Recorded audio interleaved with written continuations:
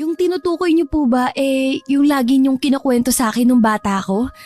Yung ninang ko na tumulong sa atin nun? Siya na nga iha, wala nang iba. Pero paano po niya nalaman na dito na tayo sa Cavite nakatira?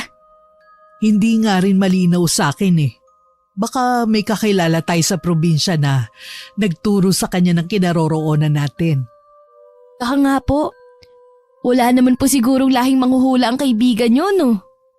Wala naman sa pagkakaalam ko, ikaw talaga.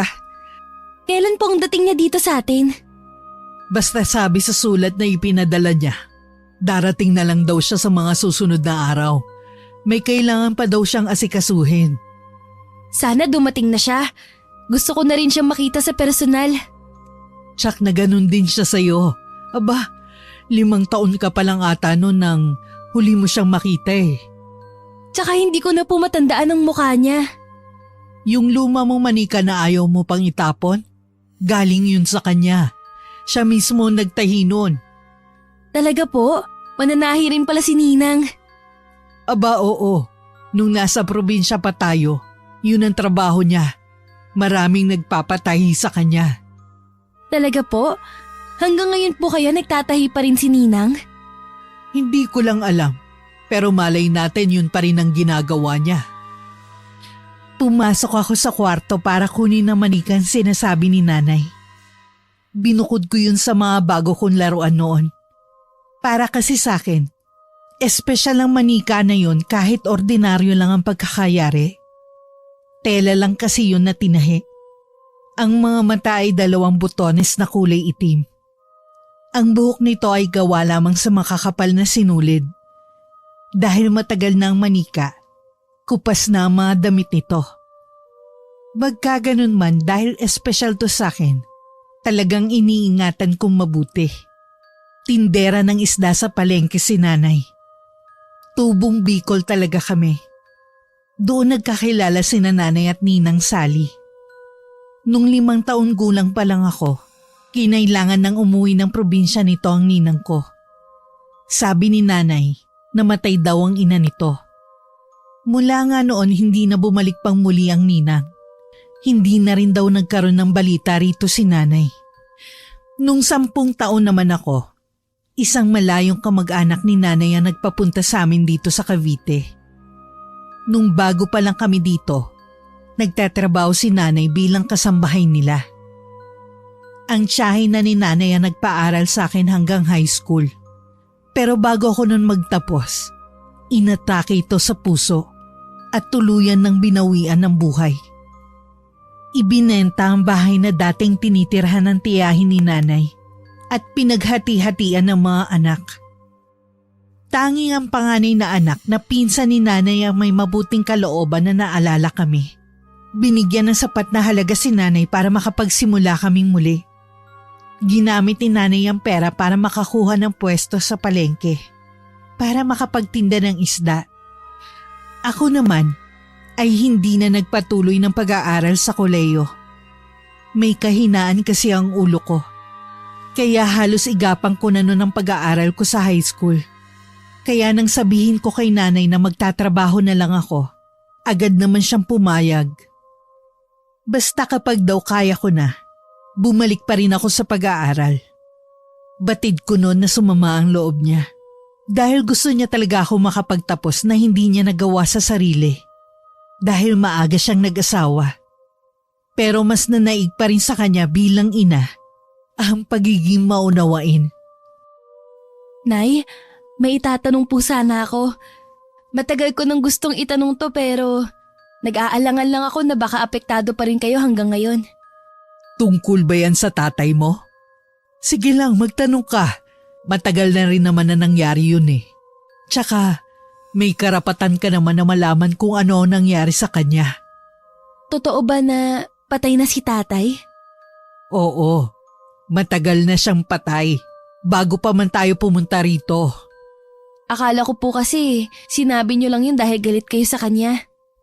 Alam kong nangungulila ka sa isang ama. Pero kahit kailan, hindi na pumasok sa isip ko na mag-asawa muli para maranasan mo ang magkaroon ng ama. Mas inaalala ko kasi ang kapakanan mo noon. Hindi ko lang po maiwasan na isipin na sana kasama pa natin si tatay. Sa kabila po na tayo lang dalawa, alam ko po na ginawa niyo lahat para mabuhay tayo sa marangal na paraan. Sa kabila ng ginawa ng ama mo noon, pinatawad ko pa rin siya. Nung humingi siya ng kapatawaran at gustong bumalik sa atin. Kahit nagagalit pa ako sa kanya, alang-alang sa'yo tinanggap ko pa rin siya. Ano pong ikinamatay ni tatay? Hindi rin ako sigurado, pero maraming haka-haka ang lumabas nun. Sabi kinulam daw ang ama mo. Kulam? Totoo ba ang kulam? Marami bang kaaway si tatay? Ang totoo niya, napakabait ng ama mo. Marami siyang kaibigan. Lahat kasundo niya. Sa sobrang bait, pati mga babae nagkakagusto sa kanya. Isa yan sa madalas na pagtalunan namin noon. Masyado po ba kayong selosa noon? Sino naman kaya ang hindi magseselos kung nakabuntis ang ama mo ng ibang babae? Pero sa kabila nun, gusto niyo pa rin siyang tanggapin? Oo. Alang-alang nga sa'yo. Pero ayun na nga, may masamang nangyari sa kanya. Hay, sayang. Wala man lang kayo na itabi ng litrato niya. Para kahit papano, alam ko sanang itsura niya. Pasensya ka na, Iha. Wala kasi akong naisalba nung nasunog yung tinitirhan nating kubo noon. Nandun lahat ng gamit at litrato ng tatay mo. Naintindihan ko naman po dahil nabanggit niyo na yan sa akin. Hindi ko lang maiwasan na hindi manghinayang. Noon, bago pa tayo pumunta rito, humihingi ako ng lumang litrato ng tatay mo sa mga kapatid niya. Nararamdaman ko kasi na balang araw, magtatanong ka tungkol sa tatay mo. Kaso hindi ako binigyan. Kesyo wala na daw silang litrato. At ang iba namang kapatid ng tatay mo, sabi yun na lang daw ang litrato nila ng ama mo. Kukunin ko pa raw. Alam mo kasi, hindi nila ako gusto kahit noon pa para sa tatay mo. Kaya naiintindihan ko kung ipinagdadamot nila yun sa akin. Nalungkot ako sa nalaman ko. Sa kabila nun, nagpapasalamat na rin ako dahil natuldukan na rin ang mga tanong sa aking isipan sa totoong nangyari sa ama ko. At ang tanong kung bakit wala akong balita sa pamilya ng ama ko. Kinabukasan, si nanay lang ang nagising na maaga para pumunta sa daungan kung saan namamakyaw ito ng isda na ititinda sa palengke. Pinaiwan niya ako sa bahay para ayusin ang kwarto ko. Para kung sakali daw na darating si Ninang Sally, ay doon muna ito pansamantalang matutulog. Agad naman akong sumunod. Inilipat ko muna ang ibang mahahalaga kong gamit sa kwarto ni nanay. Pagkatapos ko makapaglinis, naghanda naman ako ng tanghalian. Bago kasi magtanghalian, umuuwi na si nanay galing sa palengke. Hindi kasi maghapon ang pagtitinda niya ng isda. Nakasalang pa nga ang sinaing ko nang may kumatok sa pinto. Nangunot naman ang noo ko kasi natitiyak kong hindi yun si nanay. May dala kasi siyang sariling susi. Hindi kaya naiwan ni nanay yung susi? Nang buksan ko ang pinto, isang babaeng balingkinita ng pangangatawan ang nasa labas. May dala itong malaking bag na kulay pula. Hindi nalalayo ang edad nito kay inay. Ngumiti pa siya sa akin habang titig na titig. Sino po sila? Ako si Sally, kaibigan ni Judith. Ikaw na ba yan, Melba? Ninang? Ako na nga po. Pasok po kayo. Mukhang may ginagawa ka. Pasensya na kung naistorbo kita. Hindi naman po. Tapos na po akong magluto ng tanghalian. Maupo muna kayo. Ang nanay mo pala. Pauwi na rin po yun. Nagtitinda po kasi si nanay ng mga isda sa palengke. Ganun ba? Ang sipag talaga ng nanay mo? Sinabi niyo pa po. Hindi ko nga lang po siya nasamahan ngayon dahil inutos po niya na linisin ko yung kwarto na gagamitin niyo. Baka daw po bigla kayong dumating. Salamat. Okay lang naman kahit saan ako matulog. Gusto ko lang talaga kayo makita ng nanay mo. Sa totoo lang ang nanay mo lang ang naging kaibigan ko. Wala po ba kayong naging kaibigan sa probinsya niyo? Meron naman. Pero iba kasi ang naging pagkakaibigan namin ng nanay mo. Masyadong malalim. Ay, pasensya na po. Ikukuha ko lang po kayo ng maiinom. Pasensya na po talaga. Nauna pa ang pakikipaghuntahan ko sa inyo. Ayos lang, kahit tubig na lang. Hindi rin kasi ako mahilig sa ibang inumin. Sige po, ikukuha ko lang kayo ng tubig. Sandali ko munang iniwan si Ninang sa may sala. Medyo natataranta pa ako. Dahil yun ang kauna-unahang magpapatuloy kami ng bisita dito sa bahay. Dinala ko na ang isang pitsyel at baso. Pagbalik ko sa sala, nadatnan kong inililibot nito ang paningin sa buong bahay. Heto na po ang tubig nyo. Salamat. Sa inyo na ba ang bahay na to? Hindi pa po namin tapos hulugan. Siguro po mga 2 taon na lang po. Tipid nang umiti si Ninang Sally. Habang umiinom nga, hindi ko maiwasan na hindi titigan ng babae. Mas di hamak na maganda at maaliwalas ang itsura nito kesa sa aking ina. Natigil lang ang panunuri ko rito nang dumating si nanay. Agad rin nakilala ni nanay ang babae. Kahit ilang taon na rin silang hindi nagkikita. Kitang-kita sa anyo ni nanay ang saya na makita muli ang kaibigan na matagal na nitong hindi nakikita. Mahigpit na nagyakapan ng dalawa at pareho pang maluha-luha ng maghiwalay. Ako naman, tahimik lang na nakamasid sa kanila. Buti natuntun mo tong sa amin. Hindi naman mahirap hanapin ang bahay nyo. Kumusta ka na? Ito, sa awa ng Panginoon naging maayos naman ang paglipat namin dito sa Cavite. Ikaw, kumusta ka na? Ayos naman. Pasensya na kung hindi ako nakasulat sa'yo noon ha. Malayo kasi kami sa Kabihasnan Binalikan ko pa nga kayo sa Bicol. May nagsabi nga na nandito na kayong mag-ina. Mahaba-haba ding kwento kung paano kami napunta rito. Sa ibang araw ko na lang ikukwento.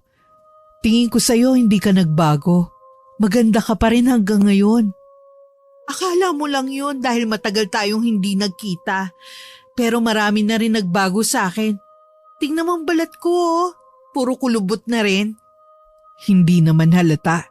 Siya nga pala ang pamilya mo. Ha?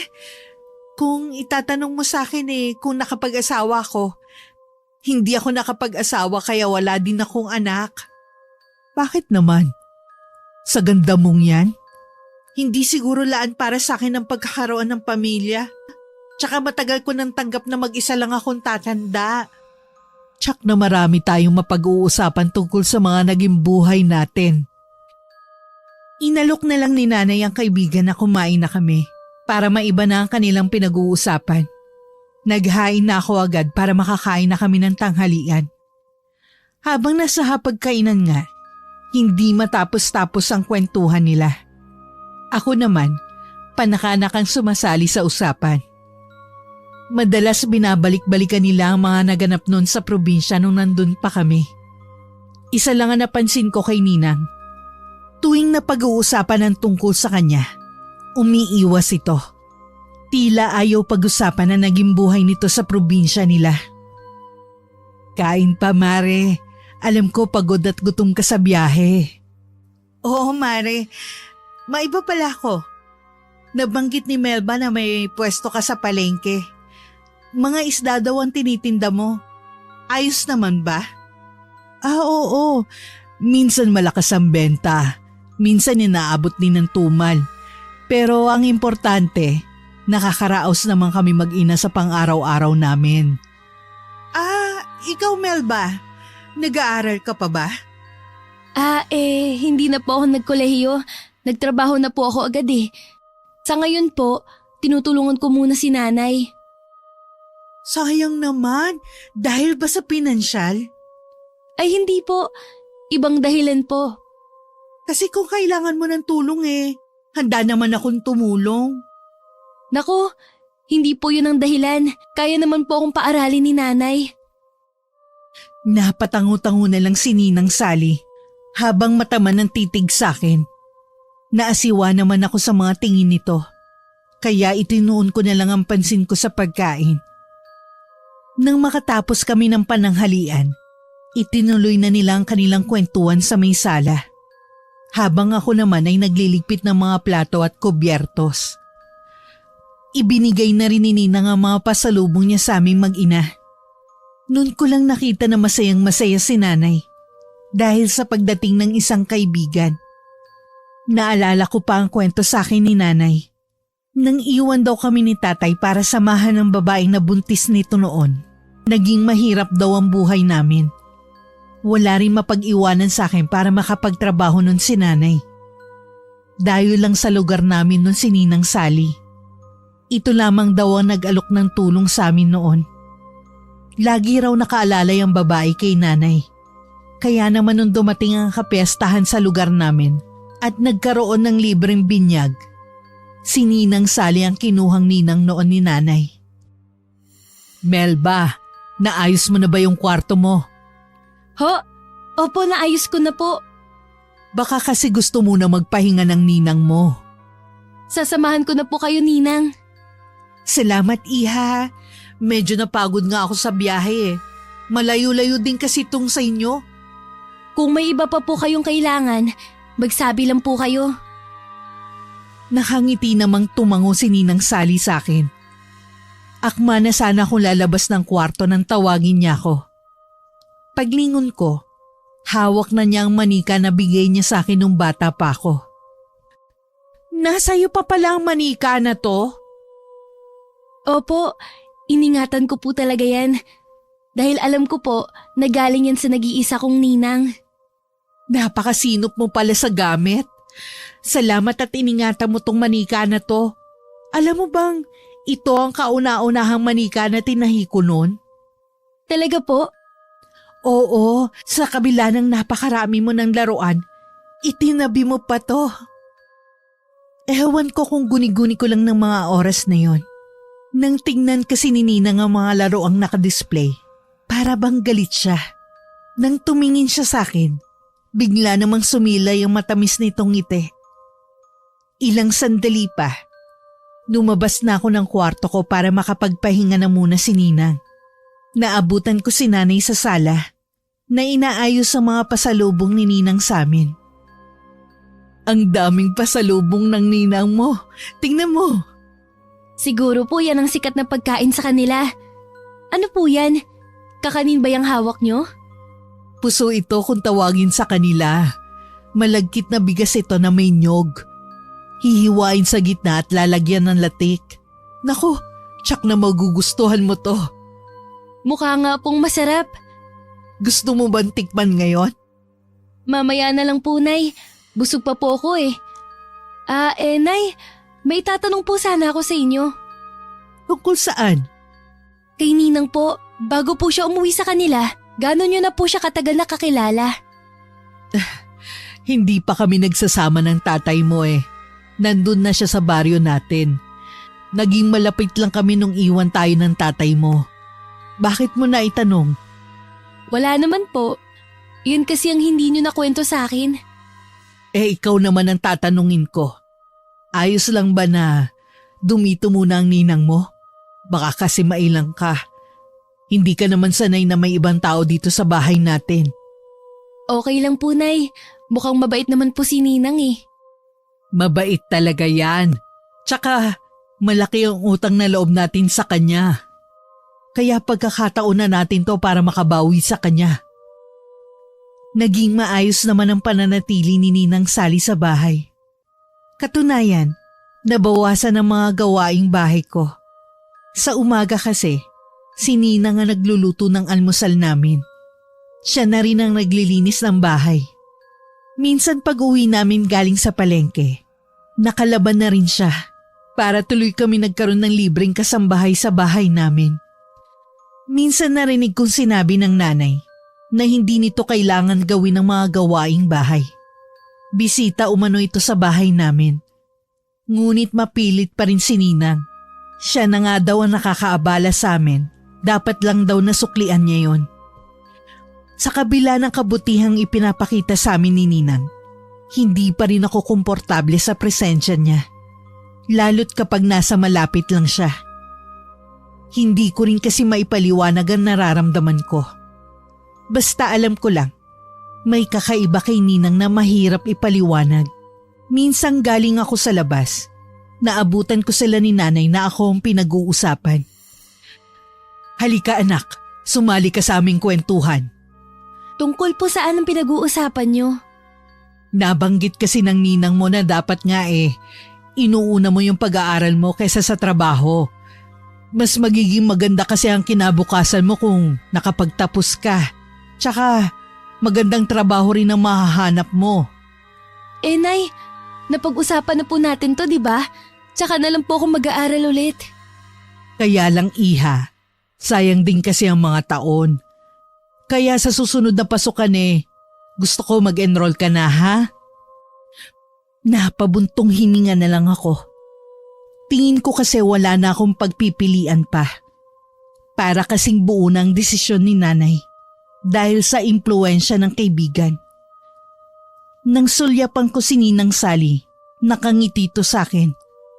Hindi ko naman magawang gumanti ng ngiti. Dahil pakiwari ko, sinasaklawan na nito ang desisyon ko. Parang gusto kong makaramdam ng inis ng mga sandaling yun. Wala naman talaga akong tutol sa pag-aaral. Kaya lang gusto ko muna maging handa. Tsaka konting panahon lang naman ang hinihingi ko. Tumayo na ako at nagpaalam na papasok sa kwarto namin ni Nanay. Bigla kasing bumigat ang pakiramdam ko ng mga oras na yun. Sa nakalipas na mga araw, marami pang pagbabago ang naganap sa bahay dahil sa impluensya ni Ninang Sally. Minsan lumabas ito at ang paalam ay may kailangan lang bilhin sa butika. Kinausap ko ng masinsinan si Nanay tungkol sa kanya. Pansin ko lang, Nay. Para bang sininang na atang nasusunod sa bahay na to. Hindi naman sa ganun. Mungkahi lang naman ang sa kanya. Nakikita ko naman na okay. Hindi sinusunod ko lang. Tsaka kapakanan natin dalawang iniisip niya lagi. Sana po wag niyang kakalimutan na bisita lang siya dito sa bahay natin. Huwag ka nga magsasalita ng ganyan. Wala namang ginagawang masama ang ninang mo. Alam ko naman na nahihirapan ka makisama dahil hindi ka sanay na may ibang tao dito sa bahay. Pansamantala lang naman to Hindi naman habang buhay na nandito ang ninang mo. Pati po kasi kayo nagiging sunod-sunuran na lang sa mga sinasabi niya. Akala mo lang yan. Pero ako pa rin ang nasusunod sa bahay na to. Hindi na ako nakipagtalo pa kay Nanay. Ang importante, nasabi ko na sa kanya ang napansin kong pagbabago sa bahay namin. Bahala na siya kung pakikinggan niya ako. Madalas din na naiiwan ako sa bahay at hindi na ako pinapasama sa pagtitinda sa palengke para daw may kasama si Ninang. Kapag nasa bahay lang ako, madalas naman nagkukulong si Ninang sa kwarto ko. Hindi rin ito nakikipag-usap sa akin. Minsan naghahapunan kami. Tinanong ako ng ninang ko tungkol sa pagpasok ko sa eskwelahan. Hindi pa po ako nagpapa-enroll Bakit naman? May babayaran ba? May pera pa ako dito. Hindi po yun ang dahilan. Wala pa po akong balak pumasok ngayong taon na to. Mas gusto ko po na magtrabaho muna para makaipon din. Sayang naman kasi ang isang taon. Tsaka baka lalo ka ng tamarin kung patatagalin mo pa. Kaya naman ng nanay mo na pag-aralin ka, sabi niya. Ayoko na po kasing iasa kay nanay ang pagpapaaral sa akin sa kolehiyo. Tsaka may iba pa po akong dahilan na hindi ko pwedeng sabihin. Obligasyon ng magulang na pag-aralin ng anak at… Hindi niyo po kasi ako naiintindihan. Nag-usap na po kami ni nanay dati. Pumayag naman po siya na magtrabaho muna ako. Sana po respetuhin niyo na lang po ang desisyon ko.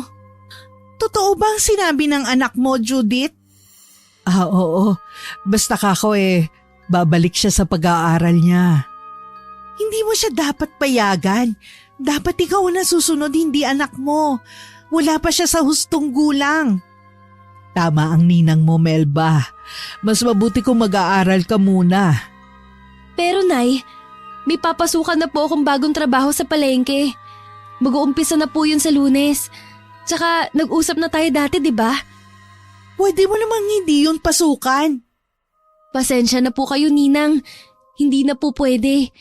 Tsaka yun na po ang desisyon ko. Hindi na po magbabago pa ang isip ko. Pareho silang natigilan sa huli kong sinabi. Nahuli ko pa ang biglang pagtalim ng mga mata ng ninang ko. At nang mapansin na nakatingin ako sa kanya, pilit itong nagpakawala ng ngiti sa amin ni nanay. Nung gabi na, habang inaayos ko ang higaan namin, kinausap muli ako ni nanay. Tingin ko anak tama ang sinabi ng ninang mo. Obligasyon kong papag-aralin ka. Alam ko naman po yun. Pero alam niyo naman na hindi maganda ang naging karanasan ko nung nag-aaral ako eh. Iba naman sa kolehiyo. Iba na ang mga magiging kaklase mo. Hindi mo naman kailangan magtrabaho. Makakapaghintay naman yan. Nay, sabi ko naman sa'yo babalik din ako sa pag-aaral. Gusto ko lang maging handa at syempre sasamantalahin ko na rin ang makaipon. Sige na nga, hindi na kita pipilitin pa. Basta wag mo lang kakalimutan ang usapan natin ha? Opo, Nay. Salamat po. Naunawaan niyo rin ako. Araw ng linggo. Plano namin ni nanay na magsimba kaya niyaya niya si Ninang. Pero tumanggi ito. Sabi nito, masakit daw ang ulo kaya magpapahinga na lang muna. Nang makalabas kami ng bahay, tsaka lang ako nakahinga ng maluwag. Isa sa napansin ko mula nang tumira sa amin si Ninang Sally. Para bang naging masikip na ang bahay sa amin at parang laging maalinsangan ng loob. Ang kaibigan kong si Jonathan ang madalas kong masabihan ng mga problema at nangyayari sa bahay namin. Ito rin ang nagpasok sa akin sa trabaho sa palengke nang magpahanap ang amo nito ng tindera sa pwesto nito. Sa mga kwento mo pa lang, parang may mali sa ninang mo. Ewan ko lang yun lang ang palagay ko. Baka mali rin ako. Hindi ko pa naman siya kasi nakikita eh. Pakiramdam ko nga may kakaiba sa kanya na mahirap ipaliwanag. Dapat magdoble ingat kayo. Kahit pa sabihin na ninang mo siya, matagal na panahon na rin hindi niyo siya nakita, hindi ba? Sa loob ng ilang taon na yun, marami ang pwede nangyari sa kanya. Naisip ko nga na baka mali ang desisyon ni inay na patuluyan ng kaibigan niya sa bahay. Tsaka parang wala na rin balak umalis. Ha? Paano mo naman nasabi? Narinig ko lang nung nagkukwentuhan sila ni nanay. Alam mo, baka hindi magtagal maging problema pa ng nanay mo yung kaibigan niya. Ganun na nga kapag hindi niya tinigilan ng pakikialam sa amin ng nanay ko. Alam mo, ang dapat mong kausapin ng nanay mo. Baka mahuli ang lahat. Naiiling si Jonathan sa sitwasyon namin sa bahay. Wala rin itong maisip na pwede kong gawin. Pareho din kami nang naiisip na baka kapag nagtagal pa ang ninang ko sa bahay namin, ito lang ang pagmulan namin ng away ng nanay ko. Kapag ginagabi ako sa pag-uwi, madalas akong ihatid ni Jonathan sa bahay bago ito umuwi sa kanila. May sarili kasi siyang motor, kaya ayos lang sa kanya kung gabi-gabi niya akong ihatid. Hindi pa ako nakakababa sa motor ni Jonathan. Napansin ko na agad na nakadungaw ang ninang ko sa may bintana. Saktong kabababa ko lang sa motor nang biglang bumukas ang pinto at inilawanon si Ninang. Magandang gabi po. Inihatid ko lang po si Melba para hindi na siya bumiyahe. Hindi umimik si Ninang Sally. Basta na lang itong nakatingin kay Jonathan. Ako naman ay nagmano sa kanya. Nang si Jonathan naman ang magmamano sa kanya, ay hindi nito inabot ang kamay. Kitang-kita ko pa ang pagkapahiya ng kaibigan ko sa inasal na yun ni Ninang Sally. Ilang sandali pa, nagpaalam na rin si Jonathan. Hindi ako umalis sa kinatatayuan ko. Hanggang natatanaw ko pa ang papalayong motor nito. Wala na sa may pintuan si Ninang Sally. Pagpasok ko sa bahay, nadatnan ko si nanay sa kusina habang ang ninang ko ay prenteng nakaupo sa sala habang nananahi. Nagmano lang ako kay nanay at nagpaalam na papasok muna sa kwarto ko para makapagbihis. Hindi pa nga ako nakakatapos magpalit ng damit ay narinig ko nang tinatawag ako ni nanay para kumain. Ayaw ko sanang lumabas para sumabay sa kanila pero kanina pa ako nagugutom. Habang kumakain, nagtanong bigla si Ninang Sally. Melba, nobyo mo ba ang lalaking naghatid sa'yo? Kaibigan at kasamahan ko po si Jonathan sa trabaho. Si Jonathan pala ang naghatid sa'yo kanina. Bakit hindi mo muna siya pinapasok? Ang tagal ko na rin hindi nakikita ang batang yon. Nagmamadali rin po kasi siyang umuwi. Kilala mo ang lalaking yon? Oo naman, inaanak ko sa binyag ang bunsong kapatid niya. Mababait ang mga magkakapatid na yon, lalo na si Jonathan. Ang tingin ko kasi kanina, hindi lang pagkakaibigan ang meron sa inyo. Kaya po ba hindi niyo inabot ang kamay niya nung nagmamano siya sa inyo? Ha? Ginawa mo yon, Sally? Ano kasi, hindi ko naman kasi siya kilala. Kahit na, sana'y tinanggap mo na lang. Tsak na napaya yung bata. O sige, sa susunod, pasensya na ako naging suplada ako kanina ha. Hindi naman yun ang issue. Mabuti pang kalimutan na lang natin. Si Jonathan ba ang nagpasok sa'yo sa trabaho, Iha? Siya nga po, Nay. Kung siya ang kasama mo sa trabaho, hindi na ako masyadong mag-aalala sa'yo. Alam ko namang babantayan ka niya. Sa buong hapunan tahimik na lang si Ninang Sally. Kami na lang ang nagkukwentuhan ni Nanay. Nauna na rin siyang tumayo at nagdahilan na biglang sumama ang pakiramdam. Kinabukasan sumabay na ako kay Nanay sa pagpunta sa palengke para matulungan ko muna siya sa pag-aayos ng mga isda bago ako dumiretso sa trabaho ko. Pagdating sa trabaho, ngumiti lang sa akin si Jonathan. At trabaho na agad ang hinarap namin. Nung bandang tanghali na, wala nang masyadong mamimili kaya naman libre na ang oras namin. Naging paksa namin ang nangyari kagabi. Sa totoo lang, kabado ako nung makita kong ninang mo. Mukhang masungit kasi. Tama nga talaga ako. Pinagsabihan naman siya ni Nanay. Kung sakali na makita mo siya ulit, wag mo nalang pansinin kung gagawin ulit niya yun sa'yo. Sana kapag inihatid kita mamaya wala siya. Dahil pa niya kasing nanay mo kung umaste. Isa pa nga yun eh. Alam mo, nung dumating siya sa bahay, okay naman sana.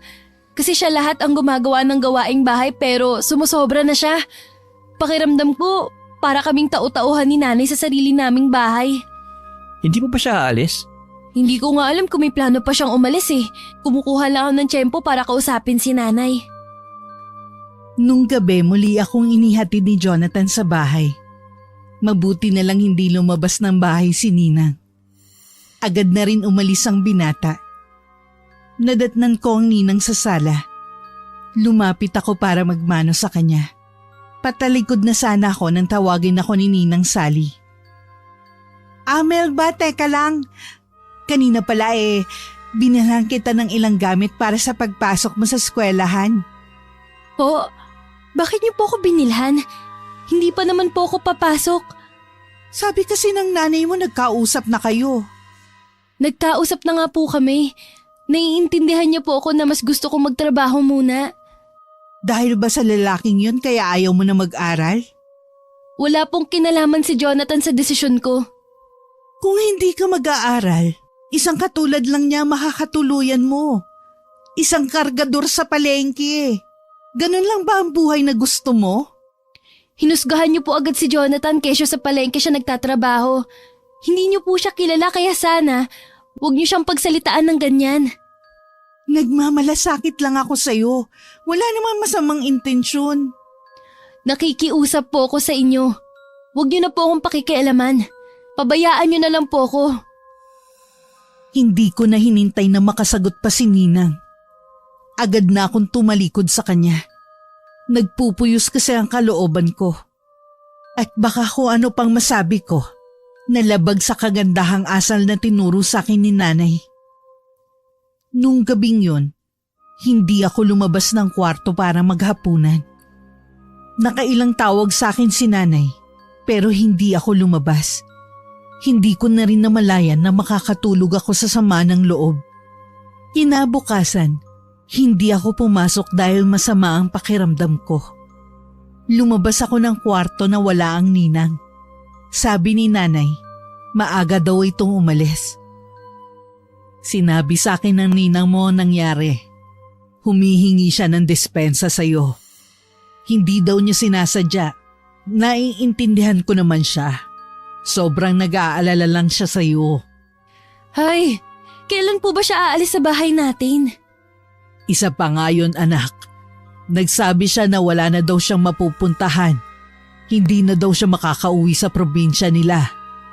Wala po ba siyang kamag-anak na maaaring tuluyan muna? Anak, wala siyang kamag-anak na nandito. Tayo na lang ang pinuntahan niya dito. E di magtitiis na lang tayo sa pakikialam niya sa buhay natin? Kinausap ko na siya. Nangako naman siya na hindi na mangingialam. Nakakaawa nga siya kanina. Kasi panayang iyak habang humihingi ng sorry. Hindi na po kasi ako komportableng nandito siya. Nangako naman siya na magbabago na. Tsaka isa pa, malaki ang utang na loob natin sa kanya. Siya ang tumulong sa atin nung walang-wala tayo sa probinsya. Ngayon na nga lang ako makakabawi sa kanya eh. Kahit naroon pa rin ang pagtutol ko na manatili pa sa amin ng ninang ko. Inayunan ko na lang si nanay. Gusto ko pa rin bigyan ng pagkakataon ng kaibigan niya. Siguro naman sa susunod na mangialam na naman ng kaibigan nito sa amin, paaalisin na siya ni nanay. Sapat na siguro ang pagkupkup namin sa kanya ng ilang buwan. Na mapag-isa ko, noon ko lang napagtanto na matagal na pala sa amin si Ninang. Kung tutuusin, wala kaming gaanong alam sa pagkatao niya. Pero pinakikitunguhan pa rin siya ng mabuti ni nanay. Lumabas muna ako ng kwarto namin. Napadaan ako sa kwarto ko dati na siyang ginagamit ngayon ni Nina. Tila meron nag-uudyok sa akin na pasukin ng kwarto. May kailangan ka sa akin? Ha? Wala po. Meron lang po sana akong kukunin na gamit ko. Ano yun? Kukunin ko para sa'yo. Tsaka na lang po. Hindi ko pa naman po kailangan. Teka lang Melba.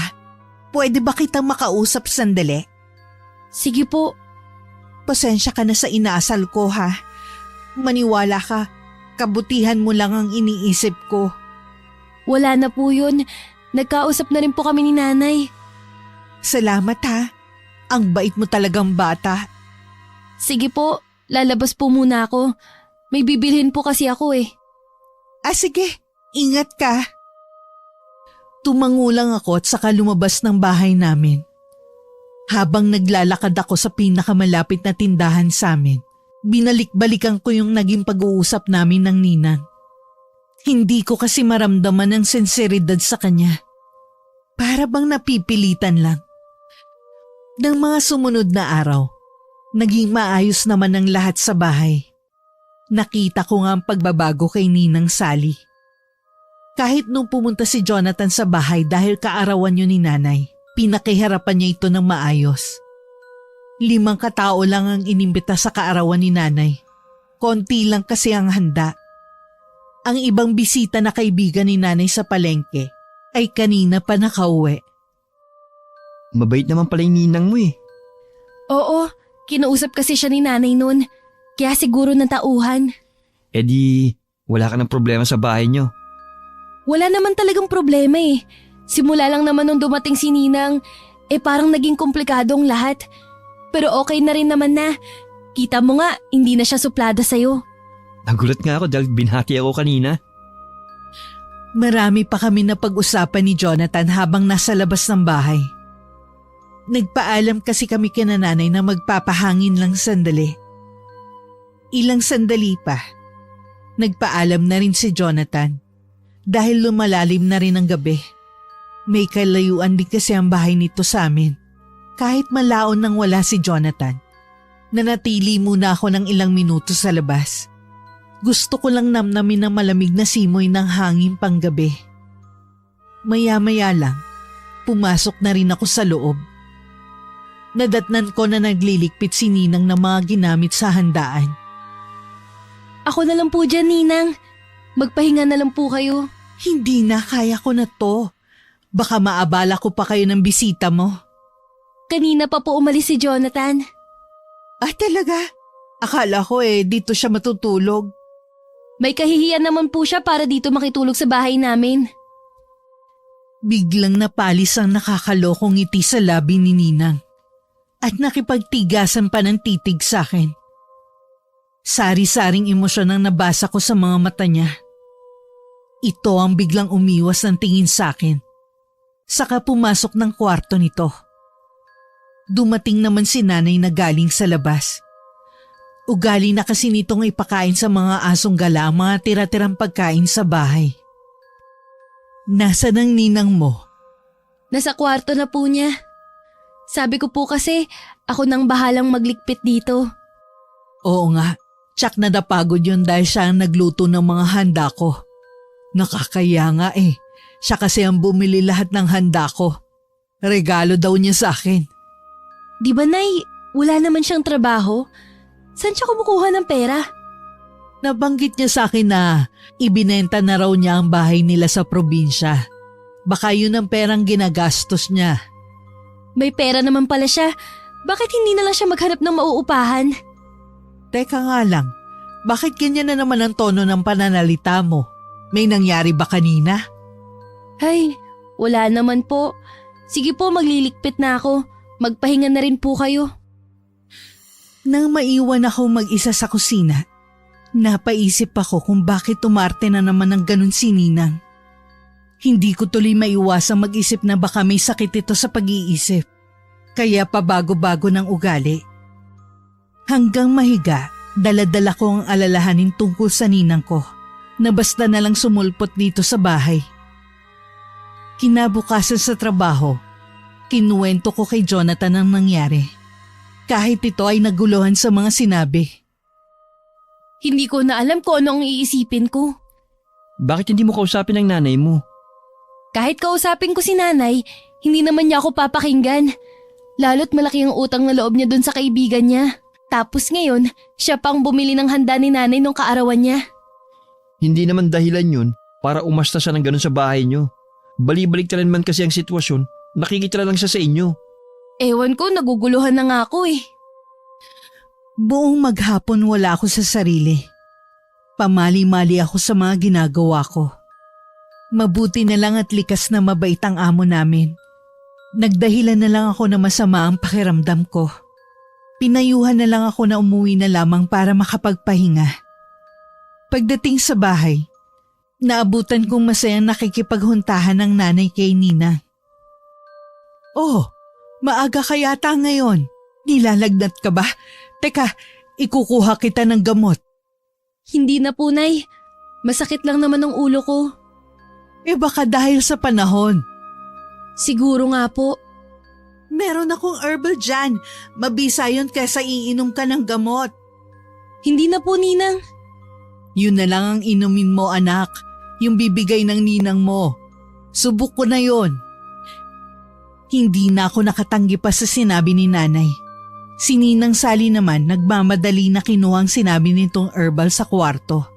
At saka inabot sa akin. Pagkatapos ko magpasalamat, pumasok na ako sa kwarto namin ng aking ina. Pero inilapag ko lamang yung salamesita at hindi ininom. Sa nakalipas na mga araw, kapansin-pansin ang pagbabago sa aking ina.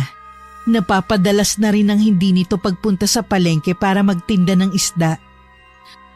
May problema po ba? Wala naman. Bakit mo naman naitanong? Kasi po, lagi na lang kayong nandito sa bahay.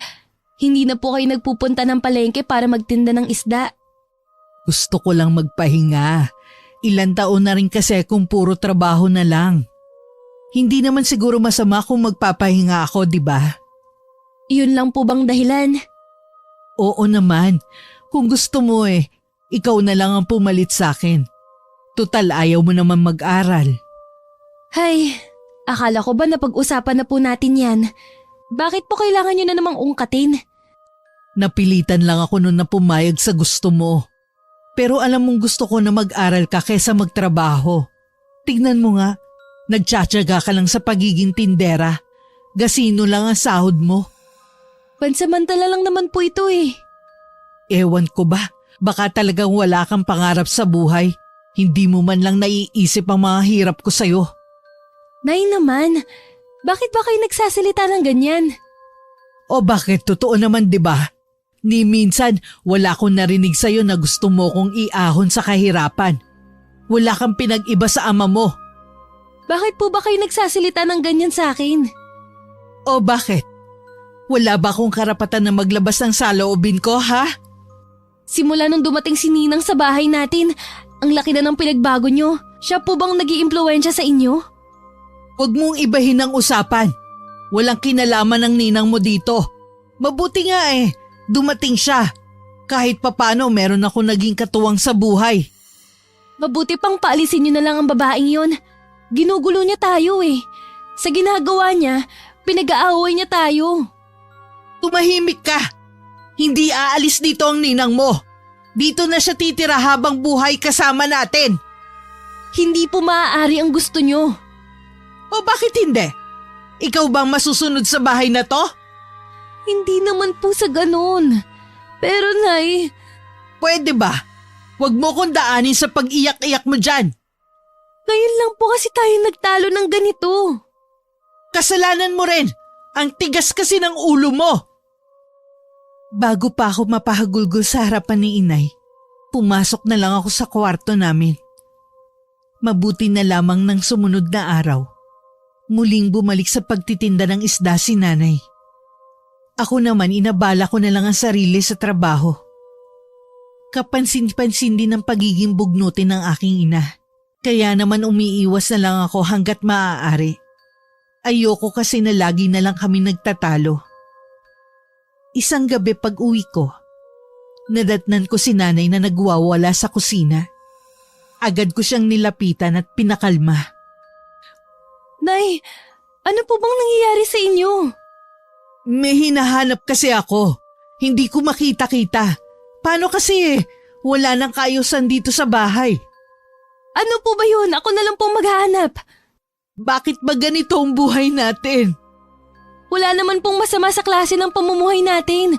Sabi niyo pa nga dati, kahit mahirap tayo basta magkasama tayo lagi. Sinabi ko ba talaga yon? Opo. Niyakap ko na lang si nanay ng mahigpit habang umiiyak din. Hindi ko alam kung anong nangyayari sa kanya. Pero alam kong may mali. Nang kumalma si nanay, dinala ko siya sa kwarto namin. Dinalhan ko rin siya ng tubig. Nang kumalma na siya, saka ko siya kinausap. Ano po bang problema? May sakit po ba kayo? Wala, iha. Hindi ko alam kung bakit ako bigla na lang nakaramdam ng sobrang kalungkutan. Hindi naman ako dating ganito. Iyon na nga po Meron po bang sinasabi sa inyo si Ninang? Wala naman. Sigurado po ba kayo? Alalahanin niyo po. Baka meron siyang sinasabi sa inyo. Hindi ko alam. Wala akong maalala. Mula lang naman na tumira siya dito sa atin, ang dami ng hindi magandang nangyayari. Huwag ka naman magsalita ng ganyan sa ninang mo. Ang laki ng utang na loob natin sa kanya. Puro na lang kayo utang na loob Nung wala tayong makain at wala ring gustong magbigay sa atin kahit ka mag-anak pa natin, si Sally ang naroon para damayan tayo. Siguro naman po sa pagtigil niya dito sa atin ng ilang buwan, bayad na tayo sa utang na loob na sinasabi niyo. Anong gagawin mo? Papaalisin ko na po siya. Nakatapos na kaming maghapunan ni nanay ay hindi pa rin dumarating ang ninang ko. Sinabi ko na lang kay nanay na mauna na siyang magpahinga. At ako na nga lang ang maghihintay sa kaibigan nito. Habang naghihintay, palakas ng palakas ang kabog ng dibdib ko. Napatingin ako sa nakapinid na pinto ng kwarto ko. Humakbang ako papunta roon. At saka pinihit ang seradura. Hindi yun nakalak. Pumasok ako sa loob at binuhay ang ilaw. Maayos naman ang higaan at iba pang naroon. Maliban sa bag nito na nasa sahig lang, bahagya pa yung nakabukas. Dala ng kuryosidad, nilapitan ko yun at tinignan ng laman. May 3 manika sa loob at itim na libro. May mga kandila rin at karayong. Hinalukay ko pa ang laman nun. May mga litrato din sa loob. Nagitla pa ako nang makarinig ng tricycle na tumigil sa harapan ng bahay namin. Agad kong ibinalik ang bag sa sahig at saka lumabas ng kwarto.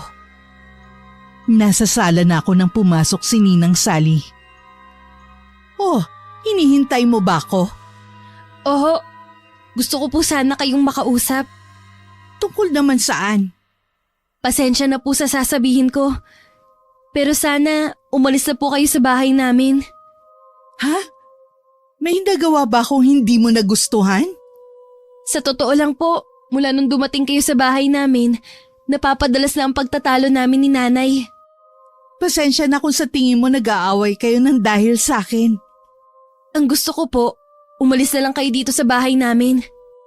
Telba! Tulungan mo ako! Sabay kaming napalingon ni Ninang sa kwarto dahil sa malakas na sigaw ni Nanay na may kasama pang pag-iyak. Sabay din kaming pumasok sa loob. Napasukan naming namimilipit sa sakit ng tiyan si Nanay. Natataranta akong lumapit at hindi malaman kung paano siya hahawakan. Dadalhin ko na lang po kayo sa ospital. May gamot ako dito. Makakatulong yun sa nanay mo. Dahil sa pagkataranta at hindi ko malaman ang gagawin, hinayaan ko na lang si Ninang ang kumilos. Meron siyang pinainom kay Nanay. Nang makainom, nakita kong unti-unti nang bumabalik sa dati ang kulay ni Nanay. Hindi katulad kanina, para itong binabad sa suka. Ayos na po ba kayo, Nay? Medyo guminhawa ng pakiramdam ko. Dadalhin ko pa rin po kayo sa ospital bukas para malaman natin kung ano bang sakit ninyo. Sige, ikaw nang bahala. Magdamag kong binantayan si Nanay. Pinakiramdaman ko din ang kabilang silid. Pakiramdam ko, may kung anong ginagawa si Ninang sa kwarto nito. Kinabukasan, kahit walang tulog, agad ako naghanda para madala ko si Nanay sa ospital. Pero mariin itong tumanggi. Huwag na po sanang matigas ang ulo nyo. Paano po natin malalaman kung may sakit kayo? Magaling na naman ako eh. Sayang lang ang pera natin. Wala naman akong sakit. Nakikiusap po ako sa inyo. Ganito na lang. Kapag sinumpong ulit ako ng pananakit ng tiyan ko, ako na mismo magsasabi sa'yo na dalhin mo na ako sa ospital. Naiiling na lang ako sa katigasan ng ulo ni Nanay. Sa huli siya pa rin ang nasunod. Hindi na rin natuloy ang pag-alis ng kaibigan nito. Dahil nakiusap sa akin si Nanay na hayaan na lang muna ito sa bahay namin. Pakiramdam ko, lalo niya kaming inilulubog sa utang na loob sa kanya. Nakiusap din sa akin si Ninang Sally. Aalis din daw siya kapag nakahanap na siya ng malilipatan. Kahit maliit lang ang bahay namin, pilit ko talagang iniiwasan na magkita kami ng ninang ko. Hindi rin ako sumasabay sa pagkain kapag nariyan siya. Ganun ba katindi ang galit mo sa akin? Nagulo po kasi kaming mag-ina mula nung dumating kayo. Hindi ko alam kung anong motibo nyo. Maniwala ka. Wala akong masamang motibo sa pagtira rito. Ang nanay mo lang talaga ang naging kaibigan ko. Kaya nga gusto ko siya. Gusto ko kayong dalawa na makasama. Kung talagang kaibigan ng turing nyo sa kanya, hindi nyo siya iimpluwensyahan sa masama. Wala akong alam sa sinasabi mo. Kahit ano pa pong sabihin nyo, hindi na ako naniniwala. Nawala ng tiwala ko sa ninang ko. Nawala na rin ang simpatya ko sa kanya. Parang gusto kong pagsisihan na tinanggap pa namin siya sa bahay. Kay Jonathan ko lang lahat sinasabi ang mga nangyayari sa bahay. Kung wala pa ako mapagsasabihan, malamang sumabog na ako. Sa mga kinukwento mo, parang hindi pangkaraniwan ang ninang mo. Pati ako nakakaramdam ng takot para sa inyong mag-ina. Sa tingin mo may masamang balak sa amin ng ninang ko? Maaring sa'yo, wala. Pero paano kung sa nanay mo? Anong gagawin ko? Paano ko maililigtas ang nanay ko? Huwag ka mag-alala. May kakilala ako na maaaring makatulong sa atin kung tama ang hinala ko. Dahil sa hindi matukoy na sakit, naratay si Nanay sa higaan Si Ninang na rin ang nag-aasikaso sa buong bahay, maging sa pag-aalaga sa nanay tuwing nasa trabaho ako. Dahil hindi nakakapagtinda si nanay ng isda sa palengke, naubos na rin ang perang nakatabi nito. Ako nang bahala sa nanay mo. Aalagaan ko siya habang nasa trabaho ka. Salamat po. Ganyan dapat, maging mabait ka. Dahil wala namang ibang tutulong sa inyo kundi ako. Kaya nga po nagpapasalamat ako sa inyo dahil nandito kayo. Ano nga palang gusto mong ulam mamaya? Kahit ano na lang po. Nang makalabas ng bahay, saka ko lang pinakawala ng mga luha ko.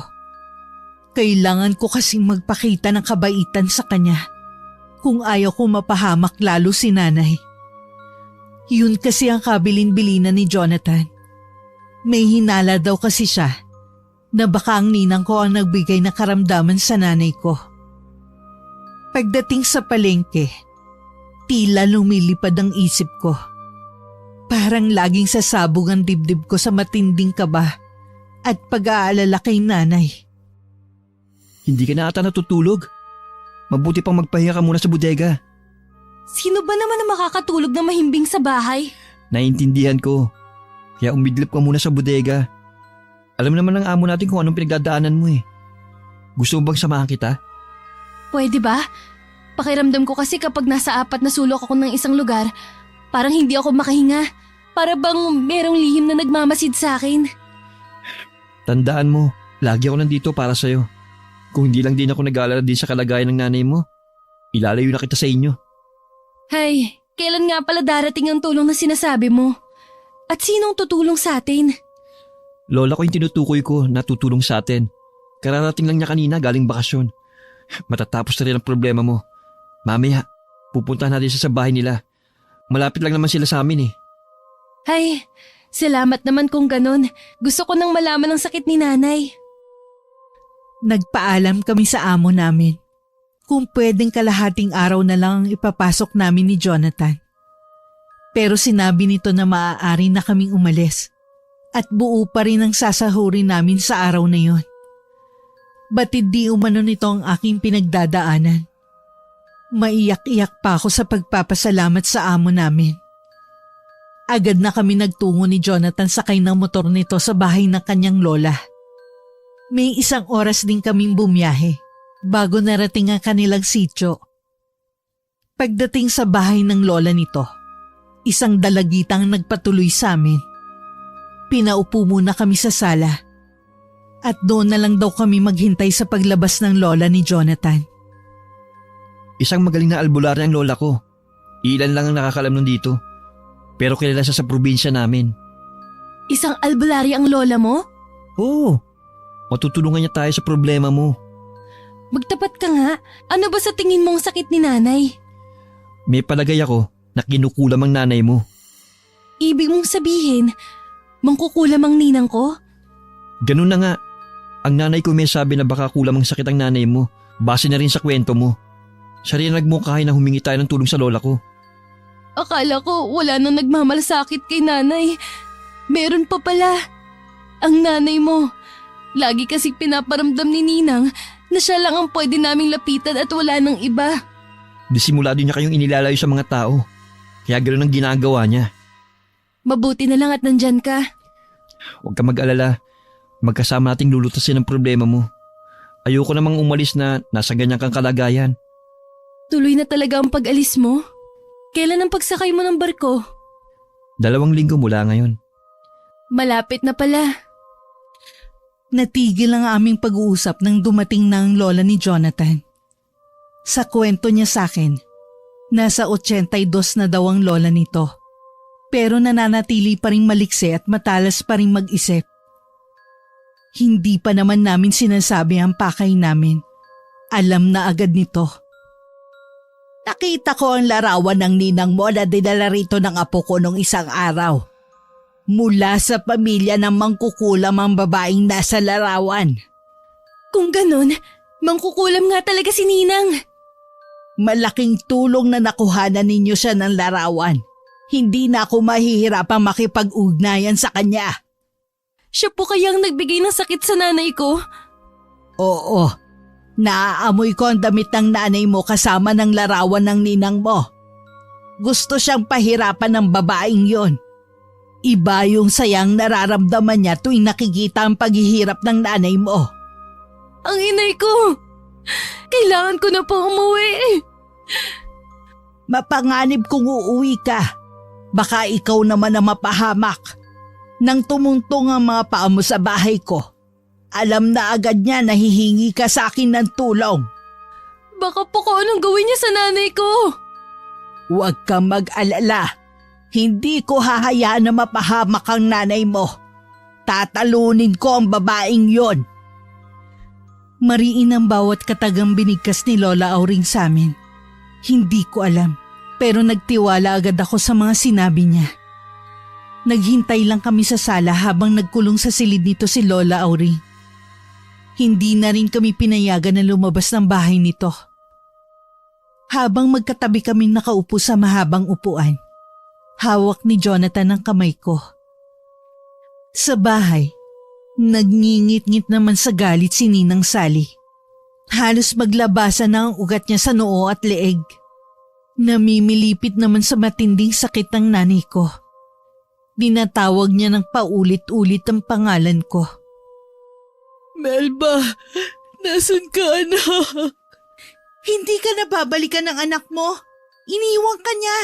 Sumama na siya sa lalaking yon. Hindi totoo yan. Mahal ako ng anak ko. Yan ang hindi totoo. Walang nagmamahal sa'yo kahit noon pa. Ngayon, ang anak mo naman ang nawala sa'yo. Bakit mo sinasabi yan sa akin? Akala ko ba kaibigan kita?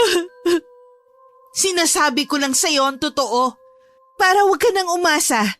Nauuwian ka pa ng anak na kinalingan mo sa mahabang panahon. Nakikiusap ako sa'yo. Hanapin mo ang anak ko. Bakit mo pa siya hinahanap? Nandito naman ako. Sumasakit na naman ba ang tiyan mo? Oo, nakiusap.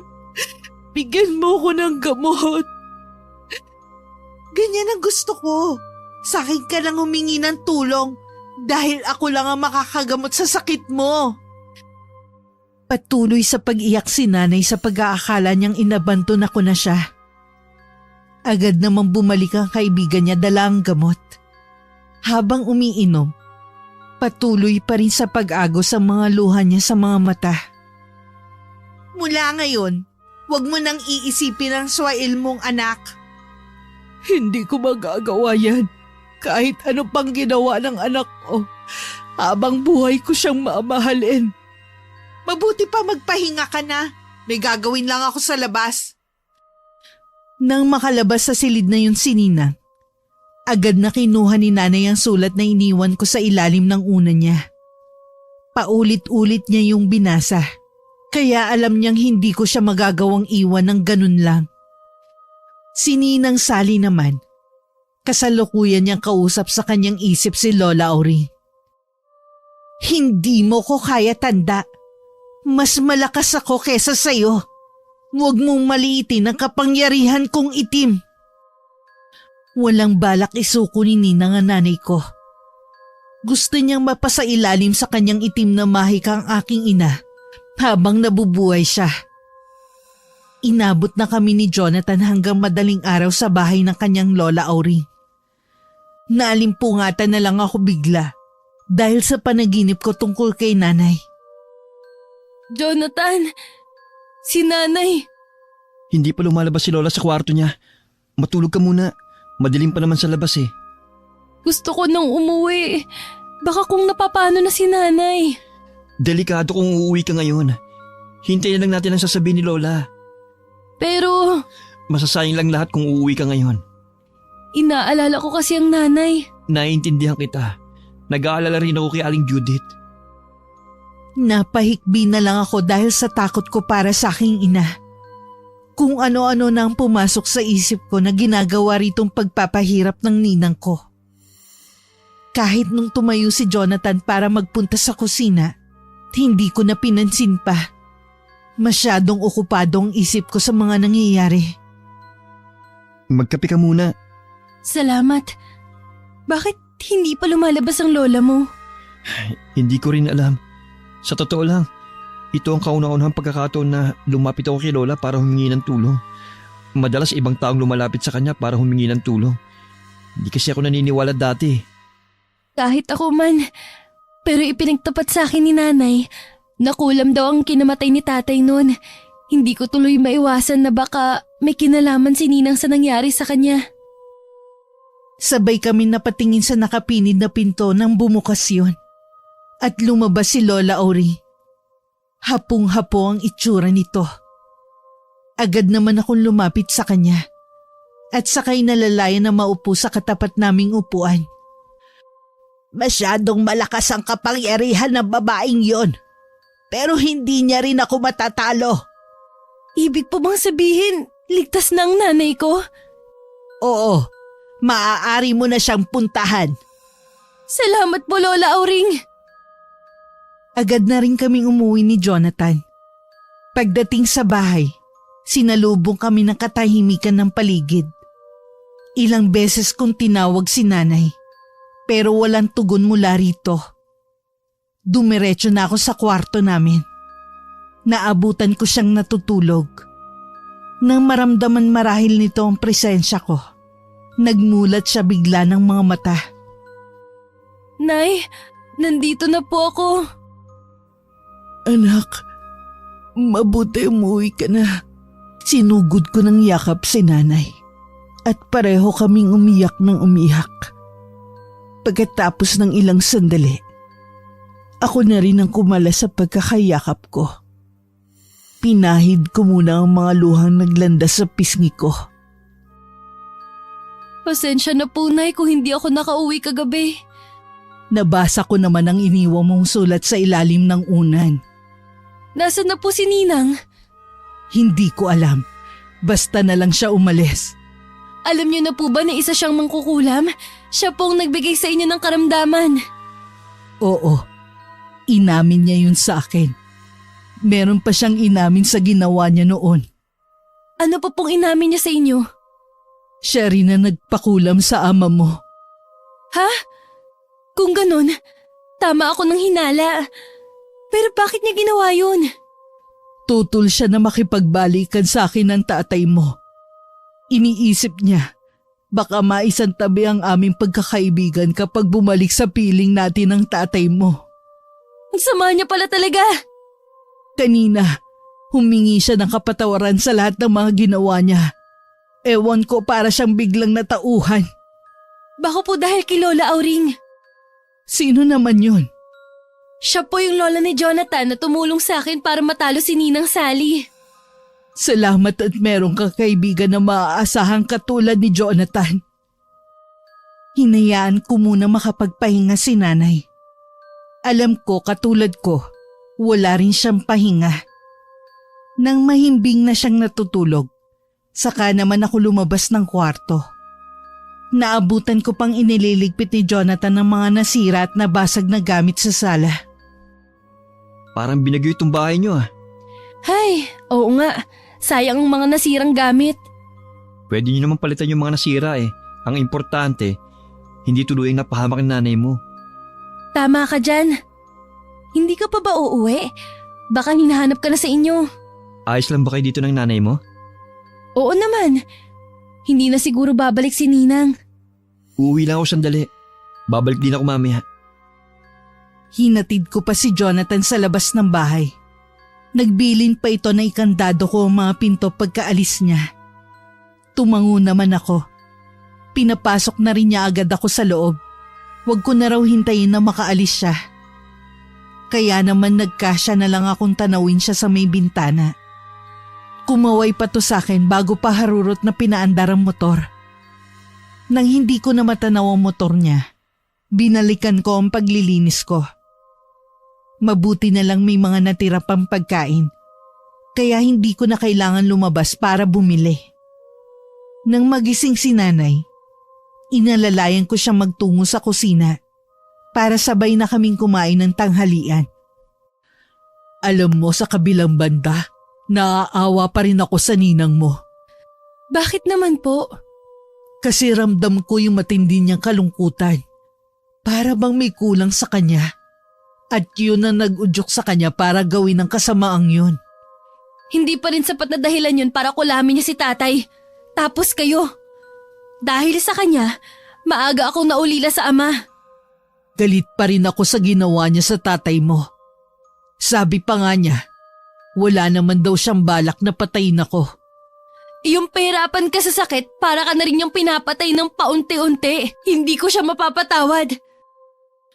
Noong araw na yon, inilabas ko sa kwarto ko ang naiwang gamit nito. Meron pa dun sa tingin ko ay ginagamit din ito sa pangungulam. Binigay ko yun kay Jonathan nung bumalik ito kinahapunan.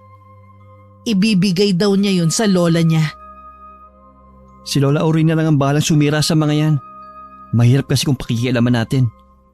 Sa wakas, babalik na rin sa dati ang buhay namin ni nanay. Hindi ko akalain ang pagbisita ng ninang ko na ilang taon din namin hindi nakita, magdadala lang pala sa amin ng problema.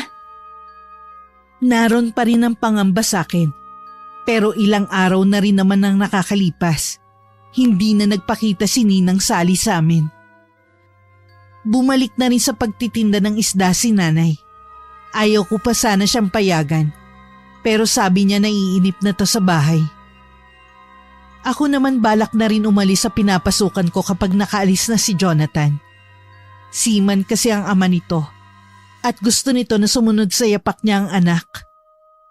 Saktong 2 linggo na ang nakakalipas. Tuluyan na naging panatag ang loob namin ni nanay. Pero isang umaga, dumating si nanay na balisa at takot na takot. O nay, bakit ang aga niyo umuwi? Melba! Nakita ko ang ninang mo. Kinausap niya ako. Ano pong sabi niya? Gusto niyang bumalik dito sa bahay. Kalimutan na lang daw natin ang mangyari. Humihingi rin siya ng kapatawaran. Kalimutan na daw natin ang lahat. Nang hindi ako pumayag, nagbanta siya. Natatakot ako. Baka kung anong gawin niya sa atin. Hindi na po niya tayo magagawang saktan. Huwag po kayong matakot. Sana nga anak, noon ko lang siya nakita ng ganon. Nanlilisik talaga ang mga mata niya. Nakakatakot siya. Yumakap pa si nanay sa akin. Ramdam ko ang matinding takot sa kanya. Nang hawakan ko ang kamay niya, napakalamig nito. Nakakaramdam din ako ng takot ng mga sandaling yon. Pilit ko lang nilalabanan. Dahil kailangan ko magpakatatag para hindi panghinaan ng loob si nanay. Sa ilang taon, sa isa't isa lang kami kumukuha ng lakas ng loob. Kinabukasan, hindi muna ako pumasok. Nung gabi naman bisita namin si Jonathan. Nagtataka kasi ito kung bakit hindi ako pumasok sa trabaho. Agad kong kinuwento ang sinabi sa akin ni nanay. Ayaw niya talaga kayong lubayan. Ano pa bang gusto niya? Gusto niyang bumalik na parang walang nangyari. Iniisip ko, inalis na natin sa bahay niyo yung mga gamit niya para mawala na siya ng koneksyon sa inyo. Teka, may titignan lang ako. Sandali kong iniwan si Jonathan sa sala. Pumasok ako sa kwarto ko at hinanap ang manika na binigay sa akin ni Ninang. Pero wala ito roon. Nasisiguro kong hindi kasama sa mga gamit nito na pinadala ko kay Jonathan. Biglang lumukob sa akin ang takot sa maaaring gawin nito. Alam ko kasi na isa sa ginagamit sa pangkukulam ay ang manika. Mangiyak-iyak akong bumalik kay Jonathan. Sinabi ko rito ang tungkol sa manika. Hihingi tayo ulit ng tulong kay Lola Auring. Hindi ko pa rin maiwasan ng matakot. Magpakatatag ka at manalig ka sa Panginoon. Higit mong kailangan yon sa mga sandaling to. Sa kabila ng pagpapalakas ng loob sa akin ni Jonathan, hindi ko pa rin maiwasan ang mapaiyak na lang. Pakiramdam ko, sunod-sunod ang kamalasan namin mag-ina ng dahil lang sa pagbisita ni Ninang. Ilang araw lang ang nakalipas. Ang kinatatakutan ko ay nangyayari na nga. May tumubo sa balat ko na kahaling tulad sa bulutong. Hindi na rin ako makatulog. Dahil kapag oras na ng pahinga, saka naman ako inaatake ng takot. Pakiramdam ko kasi anumang oras, may kukuha sa akin. Pakatatag ka, anak. Huwag mo kong iiwang mag-isa. Hirap na po ako, Nay. Huwag kang susuko. Ginagawa na ang lahat ni Lola Auring para gumaling ka. Nakatitig na lang ako kay Jonathan at kay nanay na umiiyak sa tabi ko. Pati kasi ang pagsasalita, nahihirapan na rin ako. Nagkaroon na rin kasi ng mga sugat sa loob ng bibig ko. Inabot ng 1 linggo ang paghihirap ko. Nanatili lang akong nakahiga dahil wala na akong lakas pa. Hindi na rin kasi ako nakakakain. Ultimo tubig. Nahihirapan na rin akong lunukin. Si nanay naman ay lagi lang umiiyak sa tabi ko. Kahit siya, tila nawawalan na rin ng pag-asa. Kahit nanghihina, pilit kong inaangat ang kamay ko. Agad naman ginagap ni nanay ang kamay ko. Anak, kung hindi mo na kaya, magpahinga ka na. Huwag mo na akong intindihin. Sige na, sumama ka na sa tatay mo. Mas gugustuhin ko pang maiwan mag-isa kasi nakikita kitang naghihirap. Lingid sa akin, kahit si Jonathan hindi sumusuko para matulungan ako. Mas inuna pa rin niya ang kapakanan ko kesa sa pag-alis niya. Kasalukuyan siyang nasa bahay ni Lola Auring. Inaamin ko minaliit ko ang kapangyarihan ng babaeng yon. Kabilang pala siya sa pamilya ng makapangyarihang mangkukulam. Wala na po bang pag-asa na gumaling si Melba? Lahat gagawin ko para gumaling si Melba, iho. Alam ko na mahalaga siya sa'yo. Lingid kay Jonathan, handang ibuwis ni Lola Auring ang buhay para lang mailigtas ako. Nang gabing yon, lahat ng kaalaman para makontra ang kulam na ginawa sa akin, ibinuhos na ni Lola Auring sa kanyang orasyon. Isang malakas na sigaw ang pinakawalan ni Lola Auring. Bago ito nabuwal sa sahig, nahintatakutan namang lumapit ang dalagita rito. Nang pulsuhan nito ang matandang babae, wala na itong buhay. Tuluyan ng umagos ang mga luha sa mga mata ng dalagita. Napatulala na lang si Jonathan sa nakita. Kinabukasan dinalaw ako ni Jonathan sa bahay. Natalo ni Lola Auring ang sumpang ipinataw sa akin ni Ninang Sally. Katunayan lang na kahit kailan, hindi magtatagumpay ang kasamaan laban sa kabutihan. Utang ko sa iyo at kay Lola Auring ang pangalawa kong buhay. Nalulungkot lang ako dahil kinailangan pang isakripisyo ng lola mo ang buhay niya. Maligaya siya sa ginawa niya. Alam ko, asan man siya ngayon, masaya na siya. Oh Jonathan, nandyan ka pala, iho. Salamat nga pala sa mga tulong mo, ha? Wala po yun. Basta para sa inyo ni Melba. Nagpapasalamat din ako sa lola mo. Sayang nga lang, hindi kami nabigyan ng pagkakataon na magkaharap pa. Mula nang natalo si Ninang Sally, nawalan na rin kami ng balita rito. May mga pagkakataon pa rin na pinamamahayan ng takot ang dibdib namin ni nanay. Lagi lang kami nagdadasal ng taimtim para malabanan ang takot na umiiral sa amin. Alam kasi namin na yun ang pinakamabisang pangontra para hindi na muli kami mapasailalim ng itim na mahika. Mahirap man ang pinagdaanan namin ni nanay. Ang karanasan na yun ang lalong nagpatibay sa aming relasyon bilang mag-ina. Lalo rin itong pinagtibay ang aming pananampalataya. Wakas. Yung tinutukoy niyo po ba